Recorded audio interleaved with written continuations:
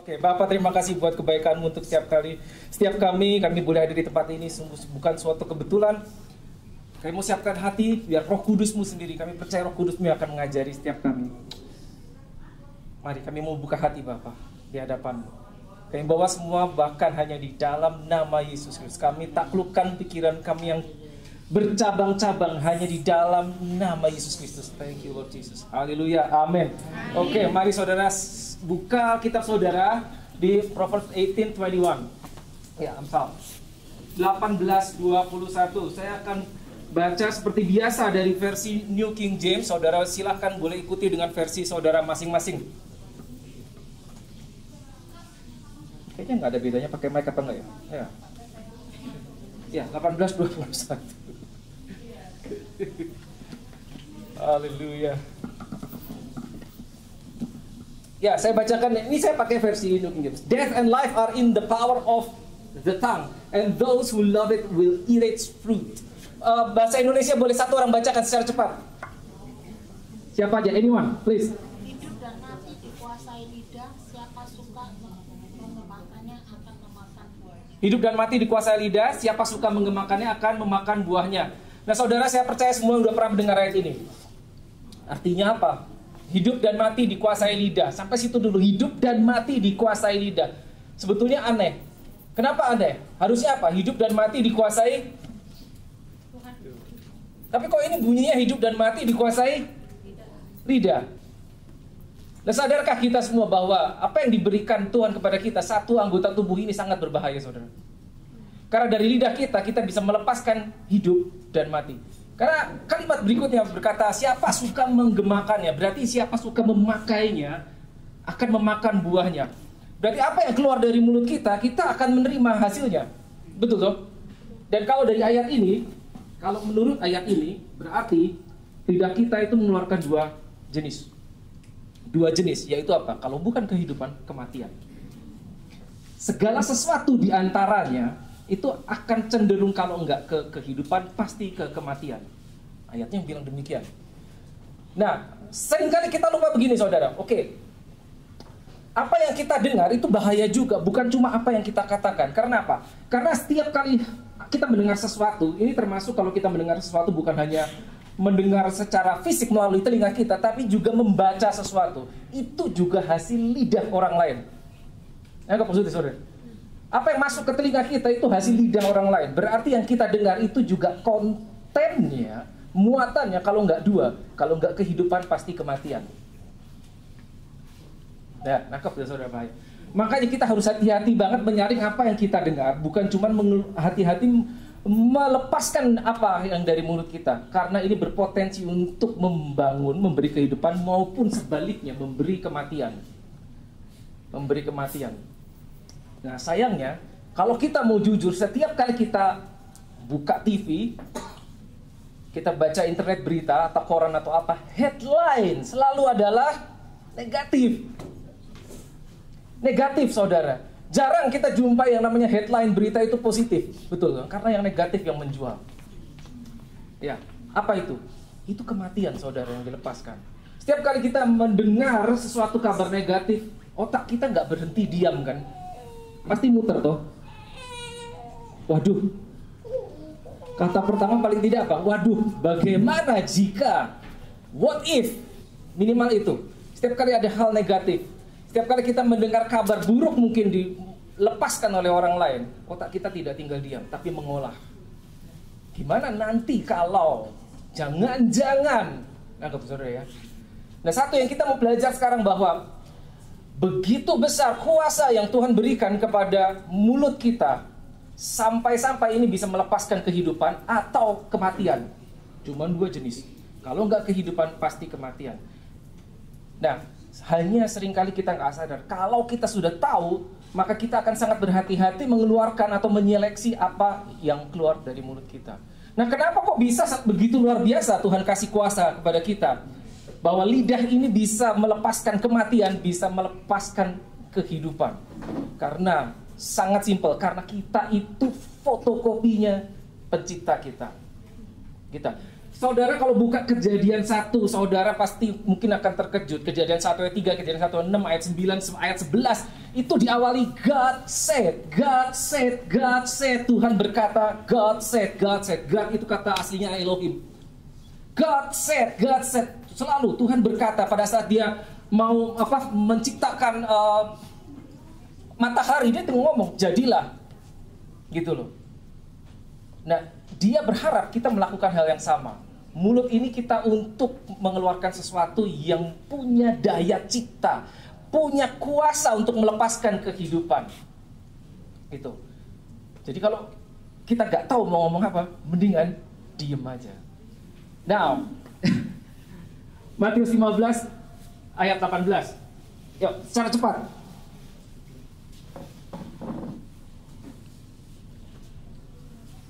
Boleh yang bahasa Indonesia, siapa yang pegang bahasa Indonesia? Satu orang, secara cepat. Anyone, please. Come on. Ya, 15 ayat 18. Ayo, siapa aja saudara? Tetapi apa yang Yes. keluar dari mulut berasal dari hati, dan itulah yang menajiskan orang. Apa yang keluar dari mulut berasal dari hati, dan itu menajiskan orang. Nah, saudara sering dengar istilah gini nggak? Enggak kok, saya cuma bercanda. Betul nggak? Enggak, saya nggak bermaksud demikian. Saya cuma bercanda, tapi itu keluar dari mulut kita. No, apapun yang keluar dari sini, Alkitab bilang itu pasti dari sini. Meskipun kita kasih embel-embel, enggak, saya cuma bercanda. Mungkin kita kaget bahwa itu sudah ada di dalam, karena tidak mungkin keluar dari sini kalau enggak ada di sini dulu. Jadi meskipun itu bercanda, hati-hati, karena cepat atau lambat pada saat kita bercanda, kita akan mengeluarkan kalimat yang sia-sia, which is sangat berbahaya. Kalimat yang sia-sia, perkataan sia-sia. Kenapa itu bahaya? Kenapa itu bahaya? Kita berkata apa? Setiap perkataan yang sia-sia, kita akan pertanggungjawabkan suatu saat. Bayangkan saudara, kita mungkin nggak nyadar bahwa enggak, saya suka bercanda. Jadi gimana dong kalau saya memang orangnya tuh, misalkan ada saudara yang mengatakan, saya memang orangnya sanguin, saya senang bercanda. Setiap kali saudara tahu kan ada jenis-jenis orang yang seperti itu, dimanapun dia suka bercanda. Saya bukan berkata bahwa saudara harus tiba-tiba mengubah ke perilaku saudara 180 derajat, bukan. Just be careful apa yang keluar dari mulut kita, karena kontennya cuma dua. Kalau tidak kehidupan, pasti kematian. Ya, saudara ingat cerita pada saat Yosua memimpin bangsa Israel, Tuhan mau berikan itu masuk ke tanah perjanjian, mengelilingi tembok Yeriko, ya kan, 7 hari. Tuhan bilang apa? Diam toh, nggak boleh ngomong apa-apa toh. Keliling 7 hari, kenapa? Karena mereka nggak tahu untuk apa saya harus berkeliling 7 hari, sehingga Tuhan udah tahu mendingan kamu diam. Karena pada saat engkau tidak mengerti maksud Tuhan dan kita mengeluarkan sesuatu, mungkin kita terlalu kreatif, yang ini itu pasti akan bertentangan dengan kehendaknya yang itu di atas. Makanya lebih baik diam saja. Mungkin bangsa Israel sambil keliling, udah senggol-senggol, ngapain kita bayangin setiap hari begini, mending temboknya kecil lagi, temboknya gede, dan 7 hari pula Tuhan suruh. Yosua mungkin udah gila kali, mungkin begitu, mungkin mereka begitu. Tapi Tuhan bilang apa? Jangan ngomong apa-apa, jangan ada perkataan apapun keluar dari mulutmu sampai aku katakan hari ke-7 engkau bersorak-sorai. Maka tembok itu runtuh. Saudara ingat cerita itu? Ya. Contoh lain di Alkitab siapa? Yairus. Ingat Yairus? Siapa Yairus? Yesus pelayannya di atas muka bumi, dia membangkitkan 3 orang mati. Salah satunya anak Yairus, yang paling terkenal tentunya Lazarus. Salah satunya Yairus. Kita tahu ceritanya. Yesus berjalan bersama Yairus, tiba-tiba di tengah jalan diinterupsi seorang wanita yang menderita sakit pendarahan selama 18 tahun. Gitu loh. Sehingga tiba-tiba sebelum sampai rumahnya Yairus ada orang datang. Yairus, udah gak usah repot-repot, anakmu udah mati, telat. Guru, udah gak usah repot-repot, telat, udah. Yesus ngomong apa? Ingat? Kalau di Alkitab bahasa Inggris jelas banget. Immediately Jesus said to Jairus, jangan ngomong apa-apa, percaya saja. Kenapa? Karena kecenderungan kita, begitu kita mendapatkan data apapun dari yang kita lihat, dari yang kita dengar, sepersekian detik otak kita sangat kreatif. Dan ini arus datanya ini cepat sekali, dan mulut kita cenderung komentar. Makanya Yesus bilang, jangan ngomong apa-apa, diam aja, percaya saja. Kenapa? Kemungkinan besar Kalau Yairus mulai berbicara, kalimat pertama pasti adalah unbelief. Kenapa? Karena kita kita lebih banyak didorong oleh apa yang kita lihat, apa yang kita dengar. Sementara Yesus bergeraknya tidak demikian. Ya. Anak Yairus mati itu fakta apa bukan? Fakta. But it's not the truth. The truth itu ini, saudara. Jadi apa yang kita dengar itu belum tentu fakta. Orang dunia hanya bilang itu fakta, atau orang dunia bilang itu kenyataan atau realita. But it's not the truth. This is the truth. Makanya Yesus bilang, enggak, dia nggak mati, cuma tidur. Cuma tidur. Hati-hati saudara, apa yang kita keluarkan dari mulut kita. Sungguh berbahaya. Kontennya, kalau nggak kehidupan, kematian. Jadi kalau kita tidak, nah ini yang susah gini saudara. Setiap orang tuh pengen, ini makanya kita bilang ini bahaya banget, harus dikunci. Karena begitu kita mendapatkan data, otak kita langsung mengirim sinyal, dan ini yang biasanya akan langsung ngomong. Kalau saudara masuk, ini contoh simpel. Saudara masuk sebuah ruangan gelap, nggak ada lampu. Biasanya kalimat pertama kita ngomong apa? Kok gelap banget? Gitu. Kira-kira kalau Yesus yang masuk ruangan itu, dia ngomong apa? Jadilah terang. Kalau kita kan enggak, kok gelap banget. Jadi apa? Kita mengatakan sesuatu yang kita lihat. Kalau Yesus mengatakan sesuatu yang ingin dia lihat. Beda saudara. Dia mau lihat terang, dia bilang jadilah terang. Kalau kita gelap, kok gelap banget. Gitu loh. Tapi kita menganggap itu normal. Ya wajar dong, kan kita lihat itu ya, kita komentar. Tapi itu tidak normal saudara. Tuhan mau apa? Pada saat kita berjalan sama dia, kita mengenal dia, hal yang pertama yang harus kita rubah adalah perbendaharaan kata kita. Kita harus mulai menyeleksi, ini apa yang harus kita boleh omongkan, tapi ada beberapa kata yang kita harus seleksi, tidak boleh lagi kita ucapkan. Contoh, berapa sering kita dengar, kita bicara orang percaya, aduh mati gue. Aduh mati gue. Ya, itu termasuk gitu. Tahu nggak saudara kalau baca Efesus 3 ayat 10, saudara terkejut. Karena apa? Malaikat-malaikat di sekeliling, saudara tahu ya, ini ada malaikat yang kita nggak kelihatan ya. Malaikat tuh nggak kelihatan karena mereka roh. Mereka itu belajar dari saudara loh. Oh iya, mereka belajar dari kita. Karena revelation of the word of God itu diberikan kepada manusia, bukan kepada malaikat. Tuh kenapa? Mereka bersama Yesus, mereka bersama God the Father, Allah Bapa ribuan tahun karena mereka spirit. Tapi revelation, pengertian, pemahaman tentang Alkitab, tentang firman Tuhan diberikan kepada manusia. Kenapa? Karena kita membawa image-nya dia. Karena kita ditebus dan malaikat tidak. Mereka belajar dari kita. It's in the Bible, Efesus 3 ayat 10. Nah bayangkan saudara, kalau kita dalam situasi tiba-tiba kita ngomong, aduh mati gue, oh my God, aduh. Langsung, ini kreatif sekali. Malaikat sekeliling kita mencatat, oh mati, oh dia mati, catat, dia mati. Apa maksudnya? Gitu loh. Dan bukan cuma malaikat yang jahat pun dia akan tahu isi hatimu apa. Maka dia akan memanggil mungkin sekian banyak. Oke, malaikat kematian. Ini orang gampang banget mengucapkan sesuatu dari mulutnya. No, this is dangerous. Hati-hati, bahaya sekali. Hati-hati. Oke, anggap sampai situ. Oke, mari kita ke Markus 11 ayat 23. Nah ini, this is classic teaching of faith. Markus 11 23. Mark 11:23, please. Yang bahasa Indonesia, secara cepat. Saya harus cepat. Markus 11:23. Aku berkata padamu, sesungguhnya barang siapa berkata kepada gunung ini. Ya, stop dulu. Aku berkata kepadamu, ini Yesus ngomong. Sesungguhnya, ya lanjut. Barang siapa berkata kepada gunung ini. Barang siapa berkata kepada gunung. Nah ini aneh, saudara. Kenapa? Oh kita suruh ngomong sama benda mati. Suruh ngomong sama gunung. Lanjut boleh. Beranjaklah dan tercampaklah ke dalam laut, asal tidak bimbang hatinya. Tetapi percaya bahwa apa yang dikatakannya itu akan terjadi, maka hal itu akan terjadi baginya. Oke, apa itu gunung? Yang dimaksud gunung apa? Rintangan. Your problem. Masalah saudara, masalah saya.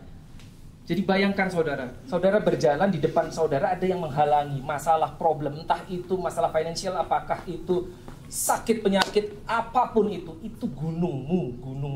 Setiap kita punya gunung masing-masing. Dan ini anehnya kenapa? Tuhan bilang itu suruh pergi gunungnya. Now if you see something blocking your way, kita berjalan dan di depan kita ada yang menghalangi problem gunung apapun itu, ngomong sama gunung itu, beranjak langsungnya apa? Minggir kamu. This is my way, you get out of my way. Asal tidak bimbang dan di dalam hatinya, maka apa yang dia percaya dia akan dapat. Nah, seringkali kita apa? Jadi gini loh, Tuhan suruh kita pada saat kita berada dalam situasi, kita mengatakan sesuatu, apa yang kita inginkan. Kita ingin apa? Kita ingin itu pindah dong gunungnya karena dia menghalangi saya. Katakan kepada gunung itu. Tapi seringkali kita katakan kepada Tuhan tentang gunung. Tuhan, tolong Tuhan, ada gunung di depan saya. Gunungnya suruh pindahin. Tapi Alkitab berkata sebaliknya, kamu yang ngomong itu suruh pindah. Sekali lagi boleh. Make sure sekali lagi boleh. Sesungguhnya barang siapa berkata kepada gunung ini. Yes, stop. Barang siapa berkata kepada gunung itu, maksudnya yang ngomong kita apa Tuhan? Kita. Itu perlu latihan, itu perlu kebiasaan. Kenapa? Karena kita tidak dibesarkan dengan cara demikian. Kita terbiasa begitu kita menghadapi masalah. Nomor satu, kalau nggak kita komen atau mengeluarkan kalimat negatif, ya kita datang kepada Tuhan. Tuhan tolong saya. Salah nggak? Itu nggak salah. But there is a next level, there is a next step. Kedewasaan kita di dalam Kristus, kedewasaan kita di dalam iman. Pada saat kita melihat sesuatu yang tidak kita inginkan, yang menghalangi kita, problem masalah apa, suruh pergi. Oh, tidak mudah. Yes, tidak mudah. Karena kalau kita baca dengan akal pikiran kita ini nggak masuk akal. Kenapa kok suruh ngomong sama benda mati? Saudara ingat Yesus ngomong sama pohon. Iya kan? Ada toh? Ingat gak ceritanya? Oke, kita yuk. Lukas 17 ayat 5 dan 6. Lukas 17 ayat 5 dan 6. Yuk, secara cepat siapa? Saya tahu saudara sudah pada lapar. Lalu kata rasul-rasul itu kepada Bisa lebih keras? Lukas 17 ayat 5 dan 6. Yes. Lalu kata rasul-rasul itu kepada Tuhan, tambahkanlah iman kami. Ya, stop dulu. Rasul-rasul berkata kepada Yesus, Yesus tolong tambahkan iman. Nah, ini umum saudara. Kenapa? Setiap kita pengen iman kita bertambah toh. Mungkin kita merasa Tuhan iman saya itu kurang. Saya mau iman saya lebih besar. Nah, Rasul pun mengalami hal yang sama. Tambahkan iman. Sekali lagi boleh di depan. Lalu kata rasul-rasul itu kepada Tuhan, tambahkanlah iman kami. Tambahkan iman kami. Ya. Jawabannya apa Yesus? Nah, perhatikan. Kalau sekiranya kamu mempunyai iman sebesar biji sesawi saja, kamu dapat berkata kepada pohon ara ini, terbantulah engkau dengan tertanamlah di dalam laut, dan ia akan taat kepadamu. Aneh toh?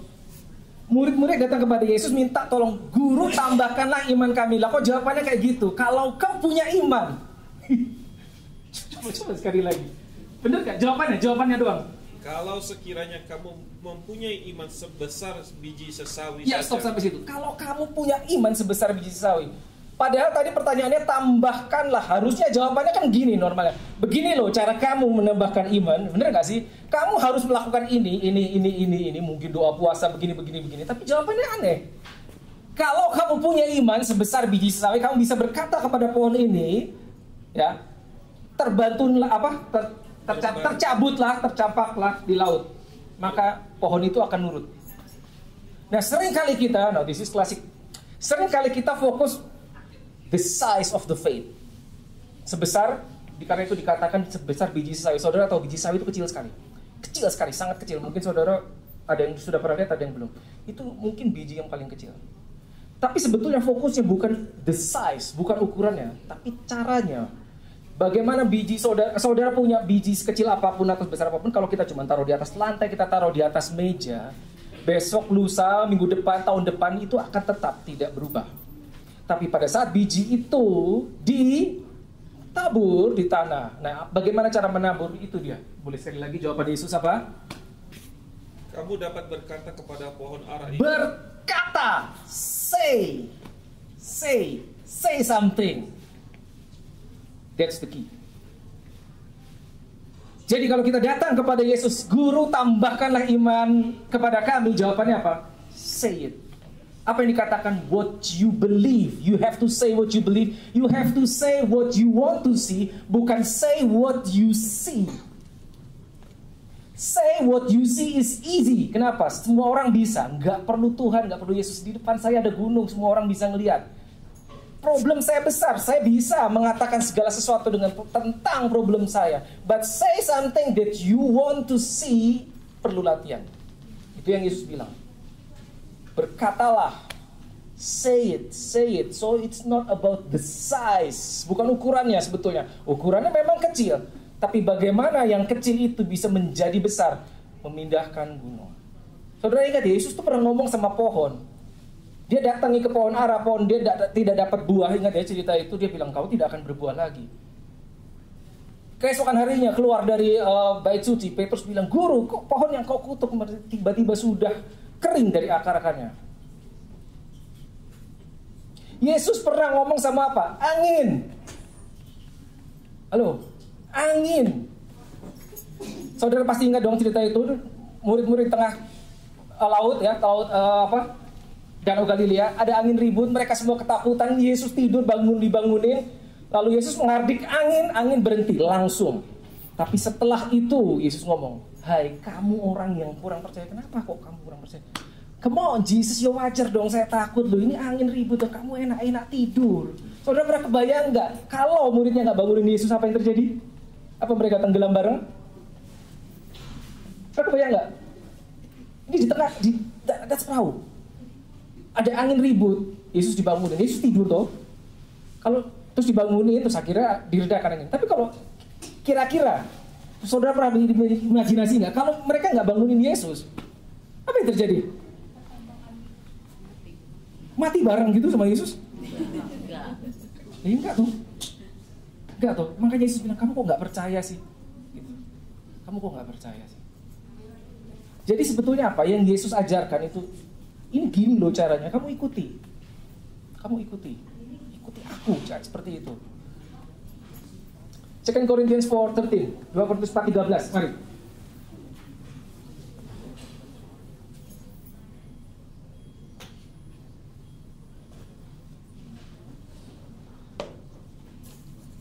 Corinthians 4:13, ya siapa aja boleh.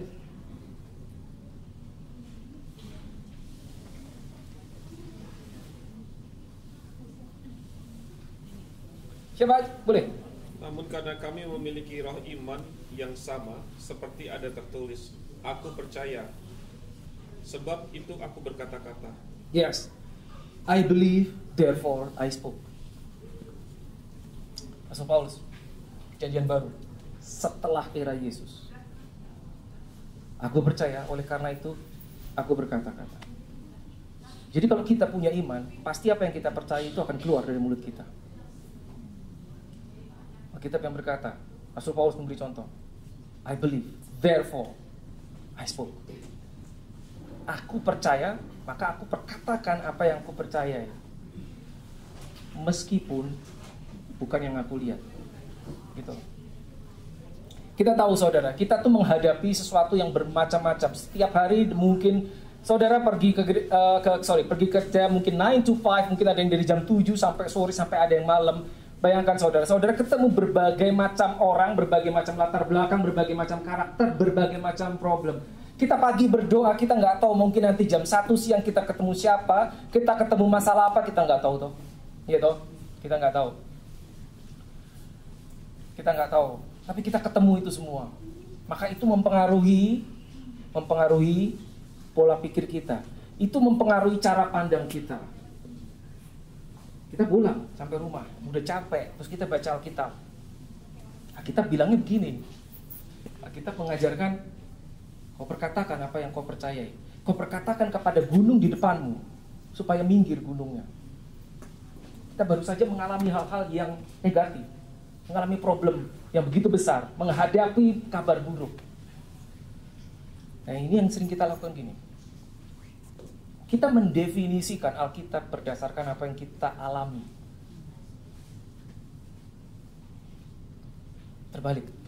Contoh, kita tahu Yesus menyembuhkan. Kita tahu di Alkitab ada ayat yang berkata, by Jesus stripes you are healed.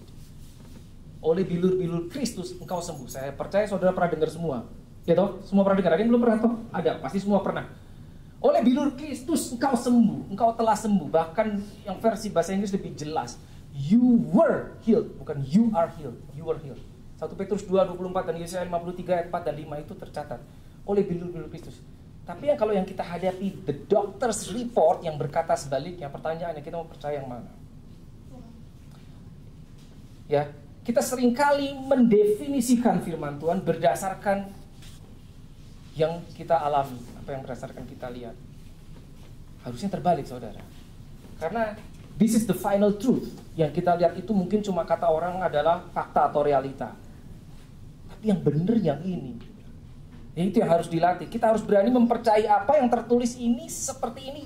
Ya, itu yang akan jadi. Karena ini bukan cuma kalimat biasa, saudara, Alkitab kita isinya.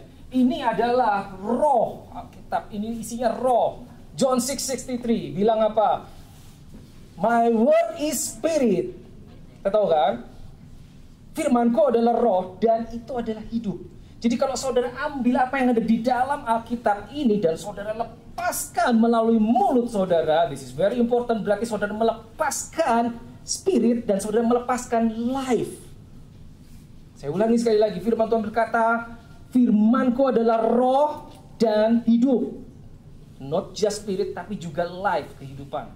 Jadi kalau ada kematian itu macam-macam. Contohnya, sakit penyakit itu adalah jenis kematian. Walaupun sakitnya kelihatannya sangat ringan, tapi itu adalah the very first level of death. Katakan orang sakit kepala, atau cuma batuk atau pilek, itu pun termasuk death. Kenapa? Karena sudah ada mungkin 0,01% bagian dari tubuhnya yang sudah rusak. Maka itu kategorinya death. Jadi pada saat saudara lihat ada kematian, apakah itu di dalam diri kita, apa di dalam diri orang, kita bisa ambil kehidupan dari mana? Dari sini, oke, ingat, dan lepaskan. Maka kematian itu harus menyingkir. Begitu kita lepaskan kehidupan, kematian harus pergi. Seperti kita melepaskan terang, maka gelap itu pasti pergi. Saudara kan nggak bisa, mas, ini kan ruangan ada cahaya. Saudara kan nggak mungkin bisa membawa masuk satu kotak gelap.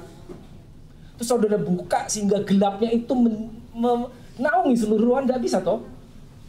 Selalu terang masuk ke dalam gelap. Demikian pula ini firman.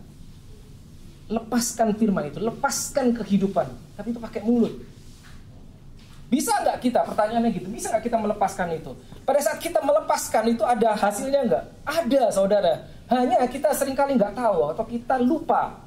Kenapa kok kita bisa tahu bahwa itu ada hasilnya? Karena di dalam diri kita itu mesinnya, engine-nya itu sama dengan mesinnya Yesus. Apa itu mesinnya? Holy Spirit. The Holy Spirit is your engine. Colek sebelah kiri kananmu. Hey, mesinmu adalah Roh Kudus.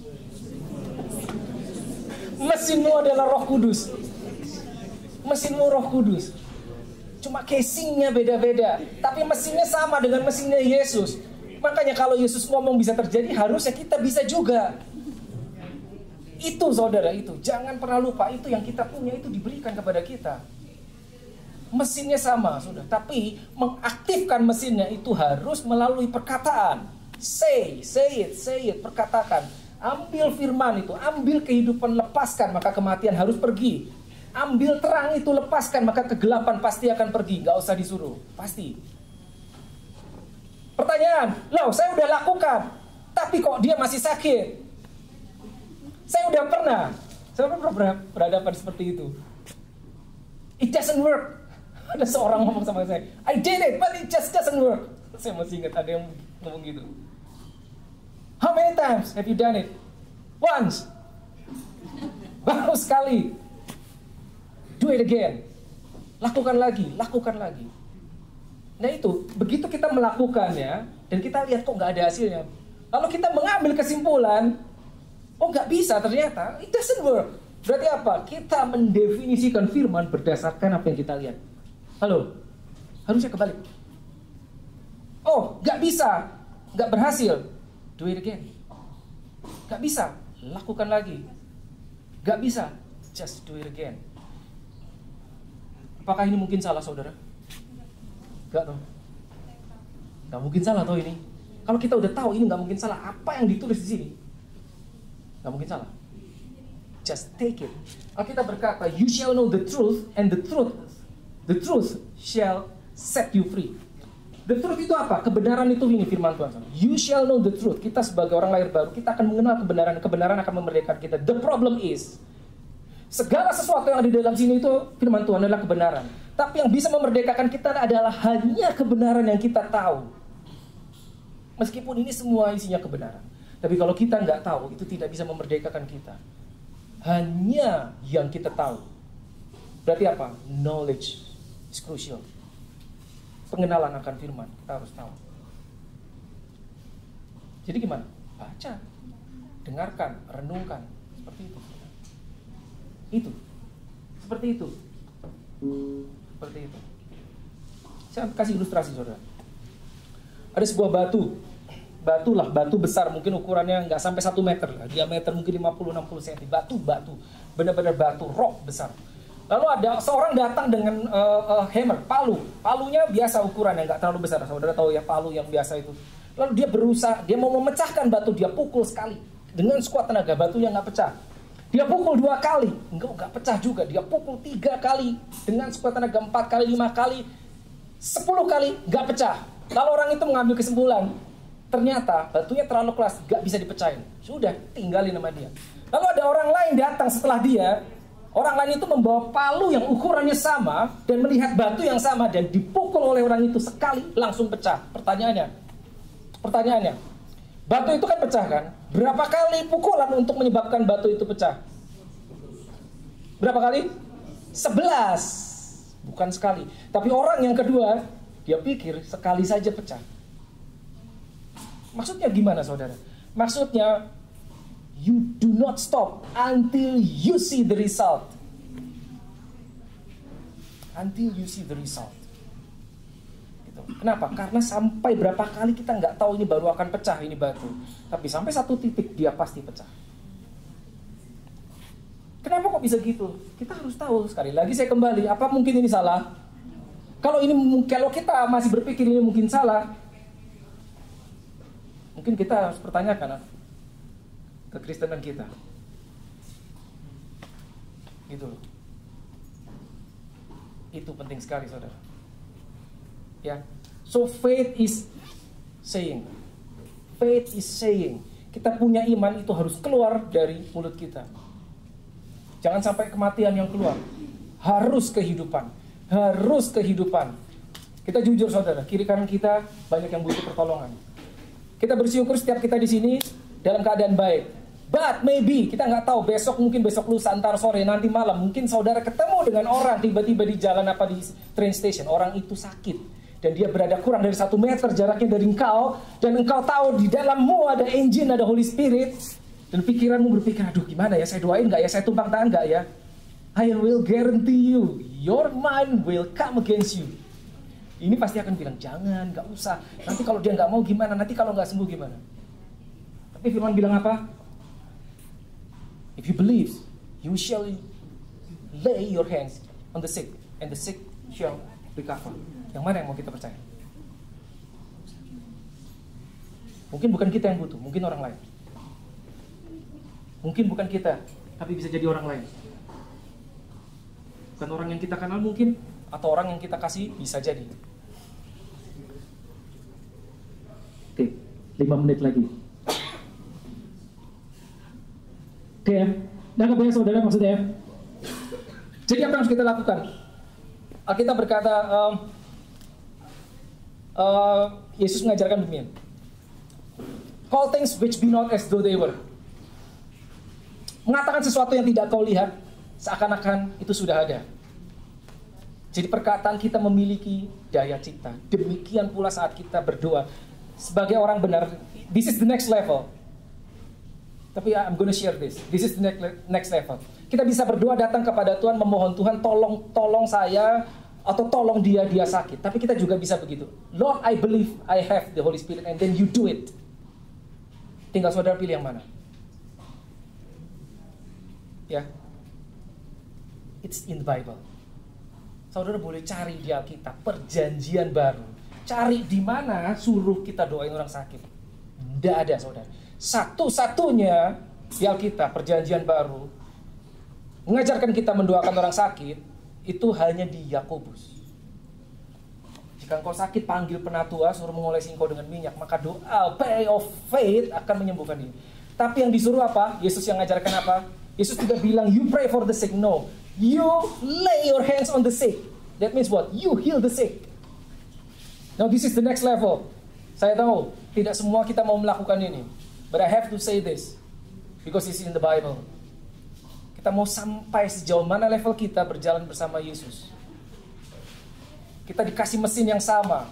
Kalau saudara punya mobil sekelas Ferrari, sekelas Lamborghini, tapi tidak pernah kau start engine-nya, cuma ditaruh di garasi, it won't do any good. Just do it. If you are born again, saudara ada Roh Kudus, lakukan. Perkatakan firman, itu memiliki daya cipta. Doa kita bisa dua hal. Doa kita reactional. Jadi kita melihat sesuatu lalu kita bereaksi, itu namanya reactional. Kita melihat sesuatu, kabar buruk, kita bereaksi, itu reactional. Tapi kita punya doa jenis yang lain, yaitu apa? Creational. Kita meng-create something. Karena makanya kita bilang, call things which be not as though they were. Bahasa Indonesia apa ya? Translate, please. Ya, pokoknya gitu. Saya rasa saudara tahu. Creational. Jadi saudara mencipta sesuatu in the spirit. Seperti Yesus. Terakhir, saya tutup dengan ini. Setiap kali kita baca di Alkitab, ada cerita-cerita luar biasa saat Yesus menyembuhkan orang sakit. Yesus mengusir roh jahat dari seseorang yang kerasukan roh. Contohnya lah, yang paling gampang, Yesus menyembuhkan orang sakit. Biasanya ada beberapa pihak di dalam setting cerita itu, yaitu siapa? Si penyembuh, Yesus sendiri. Lalu orang yang sakit, pihak kedua. Pihak ketiga para murid adalah orang yang mengiringi Yesus, mungkin orang yang magang, belajar. Lalu at least, seringkali ada pihak keempat adalah apa? Orang-orang yang tidak percaya. Biasanya apa? Orang Farisi, orang Saduki. Empat kategori. Yang menyembuhkan Yesus, yang sakit yang kedua. Yang ketiga adalah para murid, mungkin itu adalah orang-orang yang belajar. Lalu yang keempat adalah orang-orang yang tidak percaya, banyakkan orang Farisi. Nah, setiap kali kita membaca, saudara punya pilihan. Saudara mau menggambarkan dirimu sebagai yang mana? Dari empat. If you are sick and you need help, most likely you will picture yourself as the sick, seeking for healing. Tapi bagaimana kalau saudara baik-baik saja? Saudara mau menggambarkan yang mana? Pasti bukan yang keempat dong. Yang pertama, the healer. Kenapa? Kenapa kita bisa menggambarkan diri kita? Picture ourselves as Jesus. Kenapa? Because you have the same engine.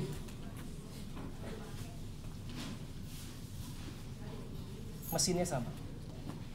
Tahu dari mana kita punya mesin yang sama?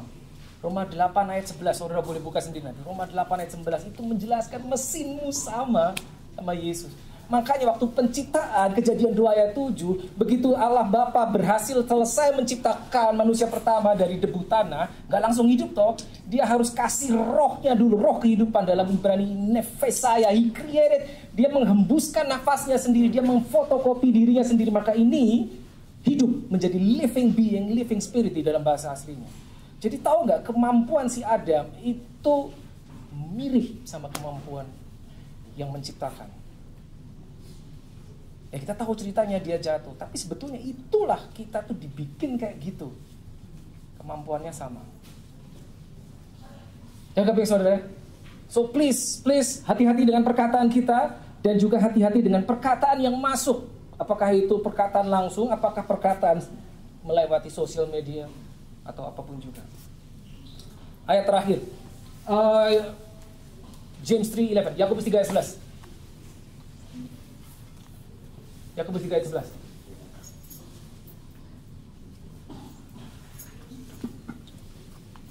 Pas jam 2. Yakobus 3 ayat 11. Ya, anyone please.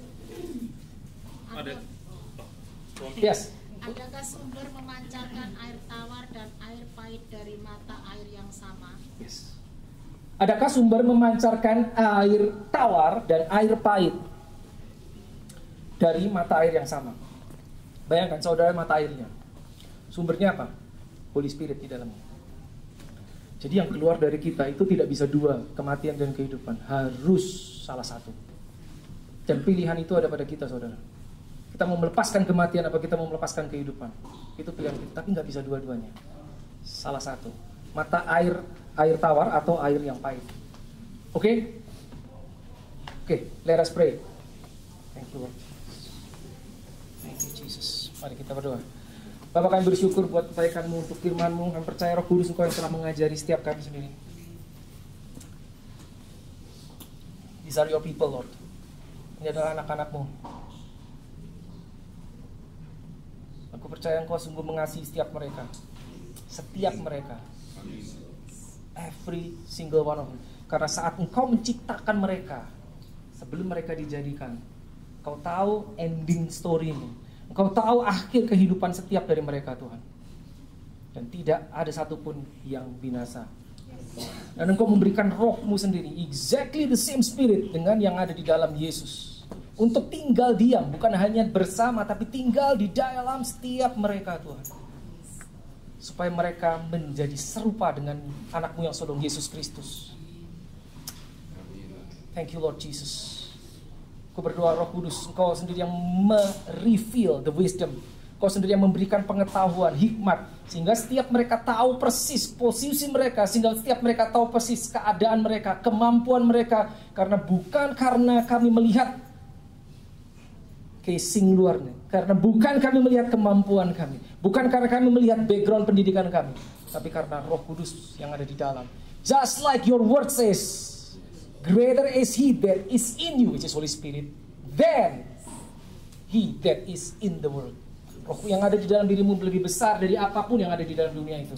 Once you believe and take it and you take action, you will see results. Thank you, Lord Jesus. Thank you, Father. Thank you, Lord Jesus. We believe that you yourself that will quicken every single one of us. As we walk with you, kami percaya Engkau akan membawa setiap kami naik lebih tinggi bersama Engkau, berjalan jauh, dan setiap mereka, I prophesy every single one of them will walk with you and not gonna be weary. Kekuatan mereka akan dibarui mulai saat ini. Mereka keluar, mereka akan berbeda, menjadi manusia yang baru. Mereka akan mengingat kuasa-Mu yang telah Kau berikan di dalam diri mereka. Sehingga akan mereka meletakkan tangan atas orang sakit dan orang itu sembuh. Mereka akan berkata kepada problem-problem yang ada di dalam kehidupan mereka, dan problem itu akan menyingkir keluar dari kehidupan mereka. I speak in the name of Jesus, terjadilah, so be it. Thank you, Lord Jesus. All glory be unto you. Biar segala kemuliaan hanya bagi-Mu, Tuhan. Kami bawa di hadapan-Mu dalam nama Yesus Kristus kami berdoa. Haleluya. Amin. God bless you all.